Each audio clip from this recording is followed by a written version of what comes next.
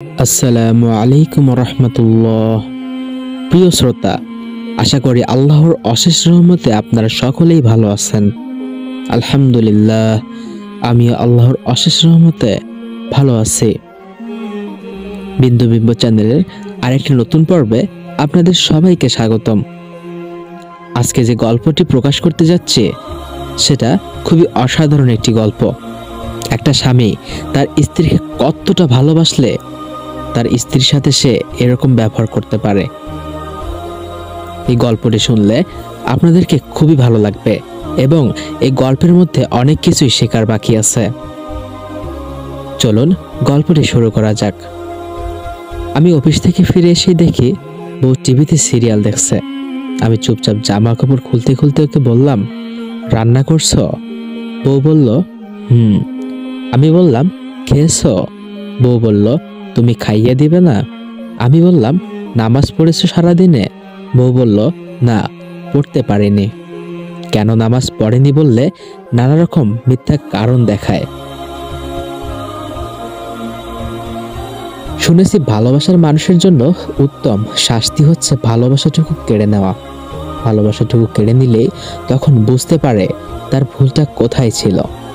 আমি এখন থেকে তাই করব। বাথরুম থেকে ফ্রেশ হয়ে বাসার নিচে দোকানে গিয়ে সিগারেট কিনে ঘরে এসে ধরালাম। সঙ্গে সঙ্গে গন্ধ পেয়ে বউ লাফিয়ে এলো। বউ বলল, তুমি সিগারেট খাচ্ছ? আমি বললাম, হ্যাঁ, তো? বউ বলল, তুমি না আমাকে প্রমিস করেছিলে? আমি বললাম, মিথ্যে ছিল। বউ বলল, সিগারেট ফেলে দাও বলছে। আমি বললাম, বেশ বাড়াবাড়ি না করে চুপচাপ খেয়ে ঘুমিয়ে পড়ো। বউ বলল, না, আমি খাবো না। আমি বললাম, খুব ভালো কথা, আমার একবেলা খাবার বেঁচে যাবে। বউ বলল, ও তাই না? তাহলে কালই আমি আমার বাপের বাড়ি চলে যাব। আমি বললাম, যা না, আটকে রাখছে কে? তুমি গেলে তোমার জায়গায় আরেকটা চলে আসবে। এখন সর মুখের সামনে থেকে। রাগ দেখিয়ে বাসা থেকে চলে আসলাম। ঘন্টাখানেক পর আবার রুমে ঢুকে দেখলাম বউটা বিছানায় শুয়ে কাঁদছে। জানি খায়নি। আমিও না খেয়ে বিছানায় মুখ ঘুরিয়ে শুয়ে পড়লাম।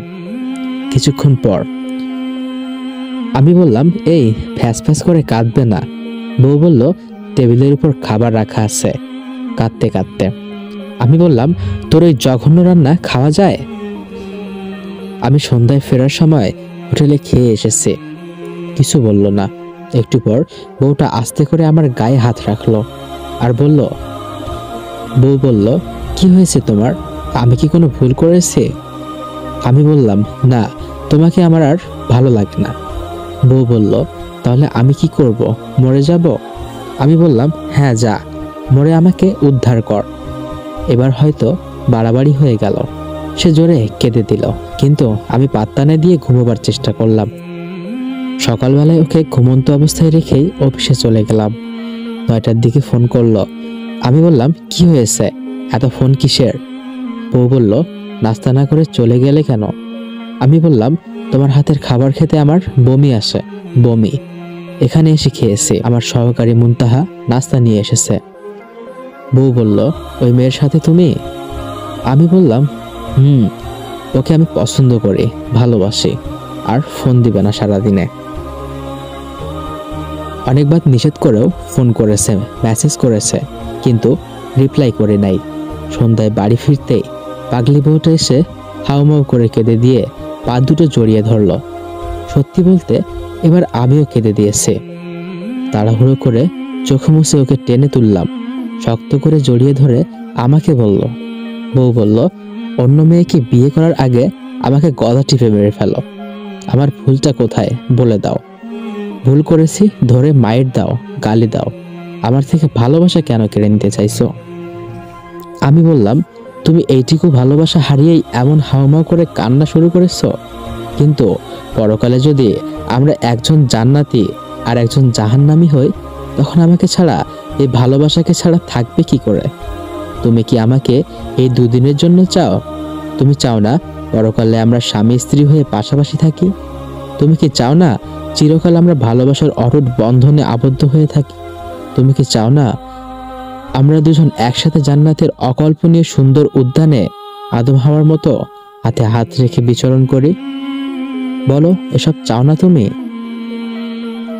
বউ বলল, এর জন্য এত কিছু? মুখে বললেই তো হতো। আমি বললাম, সেটা অনেকবার বলেছি, কাজে আসেনি। ভোরবেলা স্বপ্নে দেখছি কেউ একজন আমার কান ধরে টানছে নামাজের জন্য। ঘুম ভাঙতেই দেখি এটা আমার বউ। আমি মুচকি হাসি দিয়ে মনে মনে ভাবলাম, আমার তো এমন বউ দরকার যে কিনা রোজ সকালে কান টেনে আমাকে ঘুম থেকে উঠাবে আর নামাজে পড়াবে। মহান আল্লাহ আমাদের সবাইকে বোঝার তৌফিক দান করুক, আমিন। গল্পটি কেমন লেগেছে অবশ্যই কমেন্ট করে জানাবেন। আর আল্লাহর কাছে সবসময় দোয়া করবেন সবাইকে যেন আল্লাহ তাআলা এমন স্ত্রী দান করেন। আশা করি গল্পটি আপনাদেরকে ভালো লেগেছে। ভালো লেগে থাকলে লাইক, শেয়ার এবং আমার চ্যানেলে নতুন হয়ে থাকলে চ্যানেলটিকে সাবস্ক্রাইব করতে ভুলবেন না। ধন্যবাদ।